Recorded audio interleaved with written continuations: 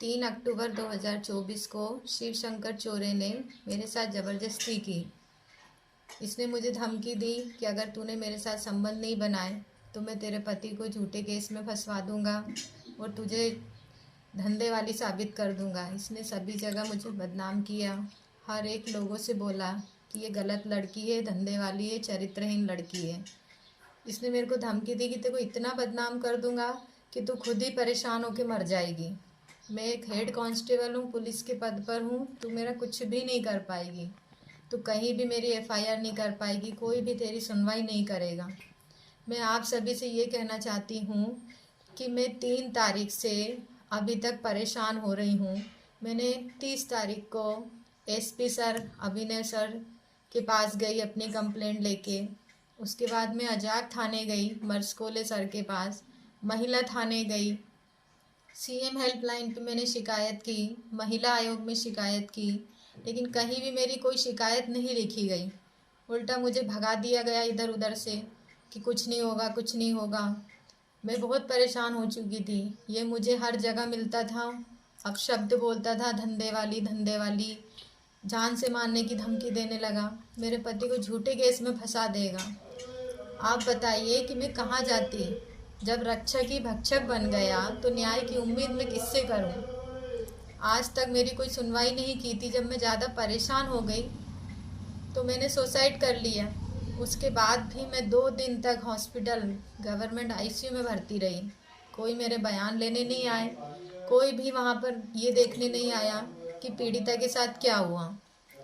2 दिन बाद जब मैंने सोशल मीडिया के माध्यम से अपना वीडियो अपलोड किया, तब जाके कुछ लोग थे जिन्होंने मेरा साथ दिया, जिनके कारण ही आज मैं जिंदा हूँ। महिला थाने की एसआई मैडम अनीता शर्मा और अंजना मैडम, जिन्होंने मेरा पूरा सहयोग दिया, मैं उनका बहुत धन्यवाद चाहती हूँ। जो आज मैं जिंदा हूँ तो सिर्फ अंजना और अर्चना मैडम के कारण ही हूँ, जिन्होंने मुझे आज इस हालत में कि मैं अपनी बात आप लोगों को बता सकूं। जब मैंने सुसाइड किया उसके बाद में पुलिस विभाग ने, कुछ पुलिस अधिकारी हैं जो साथ दे रहे हैं शिवशंकर चोरे का, जिन्होंने मेरे पति के खिलाफ झूठी एफआईआर दर्ज की। मेरे पति का आचरण आज पूरे गुलाब सिटी, पूरे हरदा में, हम जहाँ जहाँ भी रहे, जहाँ मेरे पति की सर्विस रही, आप एक एक आदमी, एक एक महिला से पूछिए कि मेरा आदमी और मेरा परिवार, मेरा व्यवहार, मेरे पति का व्यवहार आचरण कैसा है। हम इस तरह के लोग नहीं हैं। मैं एक पढ़ी लिखी शिक्षित औरत हूँ।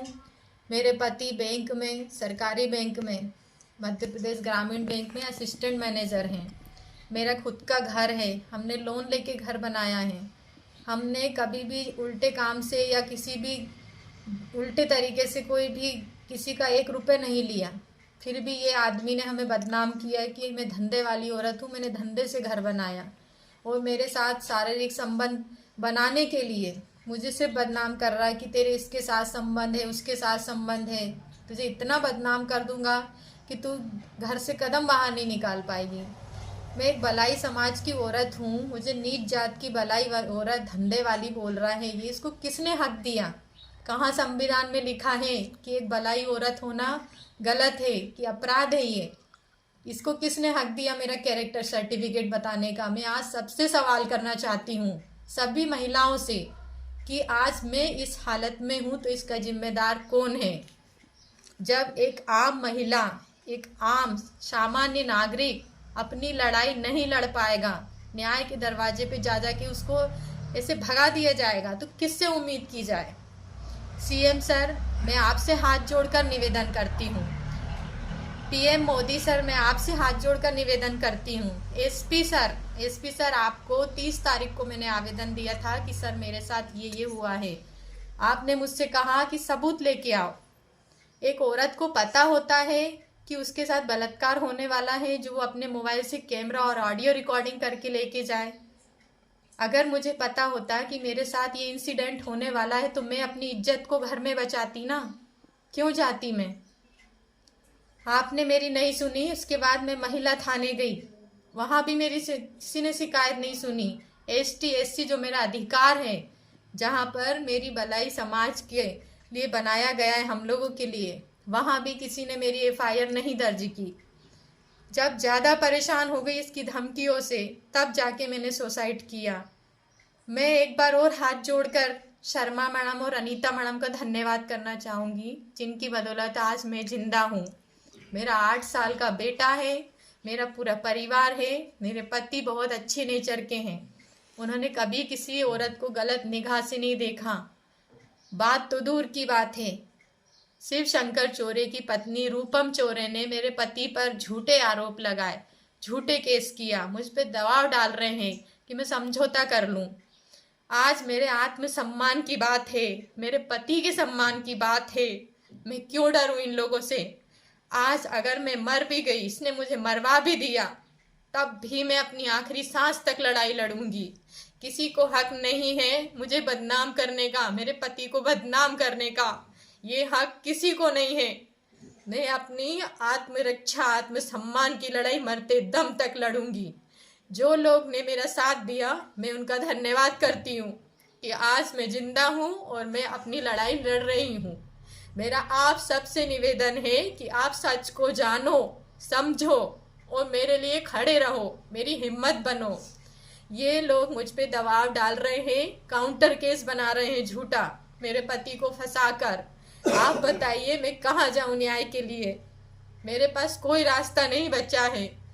मैं आज इधर उधर लोगों के यहाँ रह रही हूँ क्योंकि मुझे डर है।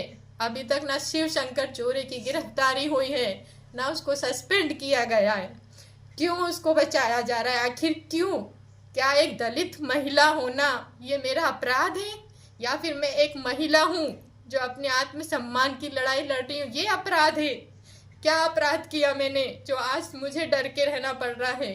और शिव शंकर चौरे एक आज़ाद स्वतंत्र होके घूम रहा है, ड्यूटी पे जा रहा है।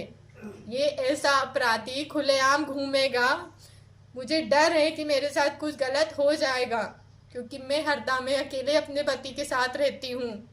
इसको गिरफ्तार करो, इसको सस्पेंड करो, तब जाके कुछ होगा, नहीं तो ये मेरे केस पे प्रभाव डालेगा, ये मेरे विटनेस को, मेरे सबूतों को मिटाएगा। आप सभी से विनती है, चंद्रशेखर भैया, भीम आर्मी वाले, मैं आपसे मदद मांग रही हूँ भैया, मदद करो मेरी। मैं इंसाफ चाहती हूँ, मेरे लिए खड़े रहो। मैं लड़ना चाहती हूँ अपने आत्मसम्मान के लिए, अपने पति के लिए, अपने परिवार के लिए और हर औरत के लिए, हर एक दलित समाज की औरत, सारी समाजों की औरत जो आज बिना किसी डर के रह सके। क्योंकि मैं एक गलत औरत नहीं हूँ, ना मैं चरित्रहीन हूँ, ना मैंने किसी से 1 रुपए भी लिए हैं। मैं अपने पति रामेत नागवे, जो बैंक में असिस्टेंट मैनेजर के पद पर है, मैं अपने पति से बहुत खुश हूँ, बहुत प्यार करती हूँ। किसी को कोई हक नहीं है कि हमारे आत्मसम्मान पे ठेस पहुँचाए। मुझे न्याय दीजिए। कर दो सेव।